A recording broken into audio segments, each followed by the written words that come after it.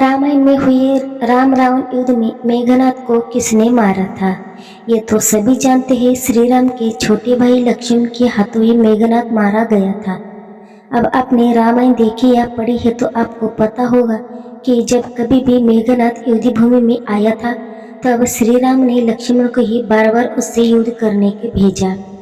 ऐसे में यहाँ कई प्रश्न उठते हैं, जैसे कि मेघनाद को राम क्यों नहीं मार सकते थे, या फिर मेघनाद का वध लक्ष्मण ने ही क्यों नहीं किया, इत्यादि। इसका उत्तर स्वयं भगवान श्री राम ने युद्ध समाप्त होने के पश्चात महर्षि वशिष्ठ को दे दिया था। आइए जाने मेघनाद को केवल लक्ष्मण ही क्यों मार सकते थे। मेघनाद को किसने मारा था?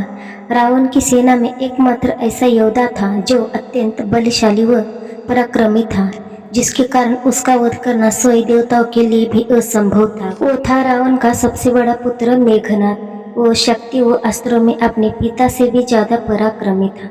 इसका बखान स्वयं वाल्मीकि रामायण में किया गया है। वो उसे महारथी की संज्ञा दी गई है। उसे भगवान ब्रह्मा विष्णु व महेश से इतनी शक्तियां व वर प्राप्त हुए थे कि उसे कोई योगी या परास्त कर सकता था, वो उसका वध कर सकता था। एक कथा के अनुसार एक बार महर्षि वशिष्ठ ने रावण वध व श्री राम के अयोध्या आगमन के पश्चात एक दिन उसे जानना चाहा कि आखिर मेघनाद को मारने के लिए उन्हें बार बार लक्ष्मण को ही क्यों भेजा।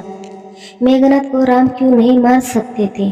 उनका मत था कि यदि वो इतना शक्तिशाली था जिसने पहले दिन स्वयं श्री राम और लक्ष्मण को नागपाश की शक्ति से बांध दिया, दूसरे दिन शक्तिबान के प्रभाव से लक्ष्मण को मूर्छित कर दिया था, फिर क्यों उन्हें तीसरे दिन भी लक्ष्मण को ही मेघनाद का वध करने भेजा? इसका उत्तर स्वयं भगवान श्री राम ने ही दिया। उन्होंने बताया कि उसे वैर प्राप्त थी कि स्वयं भी उसका वध करने में अक्षम थे, क्योंकि उसका वध एक ऐसा सन्यासी ही कर सकता था जिसने कई वर्षों तक कठिन तपस्या की हो, उसकी अग्नि में तपा हो। यही सब लक्ष्मण ने 14 वर्ष के अंतराल में किया था। वो मेघनाद को मारने में सक्षम हो पाए थे। मेघनाद का वध लक्ष्मण ने ही क्यों किया? लक्ष्मण भगवान श्री राम के साथ 14 वर्ष के वनवास में जब गए थे तब उन्होंने उर्मिला अयोध्या में रहने का ही अनुरोध किया था। इस प्रकार उन्होंने 14 वर्ष तक ब्रह्मचर्य का पालन किया था। वह किसी पर स्त्री का मुख तक नहीं देखता था। जब यह माता सीता को भी देखते या उनसे बात करे तो हमेशा उनके चरणों को ही देखते।